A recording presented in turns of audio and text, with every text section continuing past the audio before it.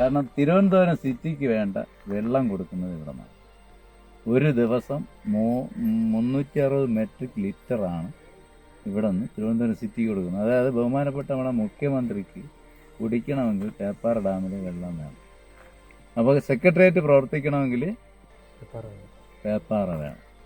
അപ്പോൾ അതുകൊണ്ടാണ് കേരളത്തിന് തന്നെ അത് വേണമെന്ന് പറഞ്ഞത്. അപ്പോൾ സെക്രട്ടേറിയറ്റിൻ്റെ ചലനം നിലച്ചാൽ മലബാറെന്നോ തിരുവിതാംകൂറെന്നോ കൊച്ചിയെന്നോ ഇല്ല, അല്ലേ കേരളം. അപ്പോൾ അത് അത്രയും പ്രധാനപ്പെട്ട ഒരു സ്ഥലത്താണ് നിങ്ങൾ ഇരിക്കുന്നത്. ഈ ഡാം ഇവിടെ പണിഞ്ഞത് കൊണ്ട് മാത്രമാണ് ഇവിടെ ഒരു വന്യജീവി സങ്കേതം ഉണ്ടായത്. ഈ വന്യജീവി സങ്കേതം ഉള്ളതുകൊണ്ടാണ് വിവിധ ജില്ലകളിൽ നിന്ന് നിങ്ങൾ വന്യജീവി സങ്കേതത്തിനെ പരിചയപ്പെടാനും ഒക്കെ ഇവിടെ എത്തിച്ചത്.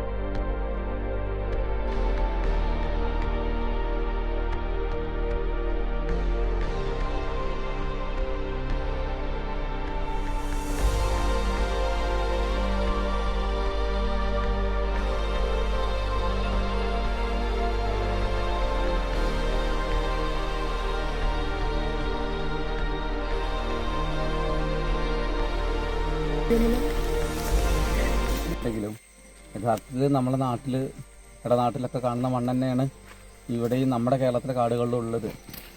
JCB കൊണ്ട് കളച്ചപ്പോൾ ഇതിൻ്റെ തനിയ കളർ നമ്മുടെ നാട്ടിലെ മണ്ണിൻ്റെ കളർ തന്നെയാണ്, ലാറ്ററൈറ്റിൻ്റെ ഒരു വകഭേദങ്ങൾ. പക്ഷെ ഇത്രയും ലെയറിൽ ബ്ലാക്ക് വരുന്നത് എന്തുകൊണ്ടായിരിക്കും? അങ്ങനെ സാറ് പറഞ്ഞല്ലോ, കാട്ടിൽ ഇലകൾ വീണ് നല്ല ജോഡി സാറ് അത് പറഞ്ഞു. നമ്മൾ കോടാനുകോടി വർഷങ്ങൾ കൊണ്ട് ഇലകളെല്ലാം വീണ് ഒരു ഹ്യൂമസ് ഉണ്ടായതാണ്. അതങ്ങനെ കടന്ന് മണ്ണിനെ ഈ നിറത്തിലേക്ക് കൊണ്ടുവന്നു. അപ്പോൾ ഇത്രയും ലെയർ മണ്ണ് ഇത്രയും കാലം കൊണ്ട് ഉണ്ടായി വന്നപ്പോൾ കിട്ടിയതാണ് കാട് എന്ന് പറയുന്നത്. ഇതൊരു ഡാമാവാണ്.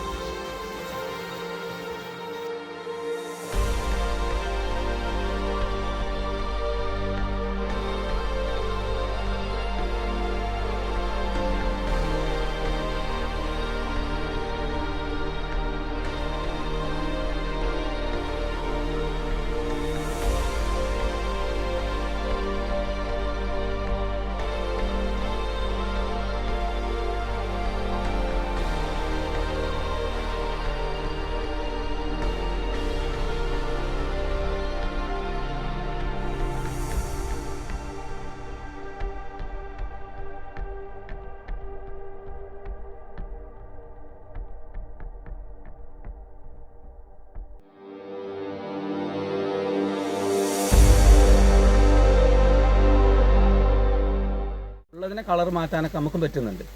എന്നാൽ ഈ വൈൽഡായിട്ടുള്ള ഈ ഒരു പ്ലാവിലെ ചക്ക ഉണ്ടല്ലോ, ഇത് ശരിക്കും വൈൽഡ് തന്നെയാണ്. നമുക്ക് മുറിച്ച് കഴിഞ്ഞാൽ അകത്ത് വളരെ കുറഞ്ഞ കായകളല്ലേ കാണുള്ളൂ, വളരെ കുറഞ്ഞ അളവിൽ കാണുള്ളൂ.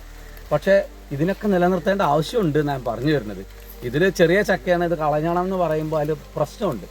ഇതിൽ നിന്നൊക്കെ ആയിരിക്കും ഒരു പക്ഷേ ഇനി നമുക്ക് പുതിയ സാധനങ്ങൾ ഡെവലപ്പ് ചെയ്യാനോ അല്ലെങ്കിൽ പുതുതായിട്ട് എന്തെങ്കിലുമൊക്കെ കണ്ടെത്താനൊക്കെ സാധിക്കും. ഇപ്പോൾ കുരുമുളകിനെ പോലെ, കുരുമുളകെല്ലാം വൈൽഡിൽ നിന്ന് എടുത്തിട്ടാണ് നമ്മൾ ഈ ഗവേഷകർ ഇതെല്ലാം ചെയ്യുന്നത്. അപ്പോൾ ഗവേഷണത്തിന് സാധ്യത തുറന്നിട്ട് ഒരു സ്ഥലമാണ് കാട് എന്ന് പറയുന്നത്. അപ്പോൾ ഇവിടെ കാണുന്നത് എല്ലാം ഇതിനെന്തിനാ ഈ ചക്ക കൊള്ളില്ല എന്ന് പറഞ്ഞത് മുറിച്ച് കളയുമ്പോൾ ആ ഒരു പ്രശ്നം അവിടെ ഉദിക്കും. ഇനി ഒരിക്കലും തിരിച്ചു കിട്ടാത്ത രീതിയിൽ. അപ്പോൾ കാട്ടിലുള്ളത് കാട്ടിൽ തന്നെ വളരണം. നമ്മൾ ഇവിടെ തന്നെ പുതിയ ചക്കയെല്ലാം നടാം എന്ന് പറയുമ്പോൾ അത് വേറെ കാര്യം. പക്ഷെ ഇതിന്റെ പ്രസക്തി ഇവിടെ എപ്പോഴും എക്കാലത്തും ഉണ്ടായിരിക്കും. അപ്പോൾ കുഞ്ഞു ചക്കകൾ ആരെങ്കിലും ആഹരിച്ചോളും, കുരങ്ങനോ മലയണ്ണാനോ ആനയോ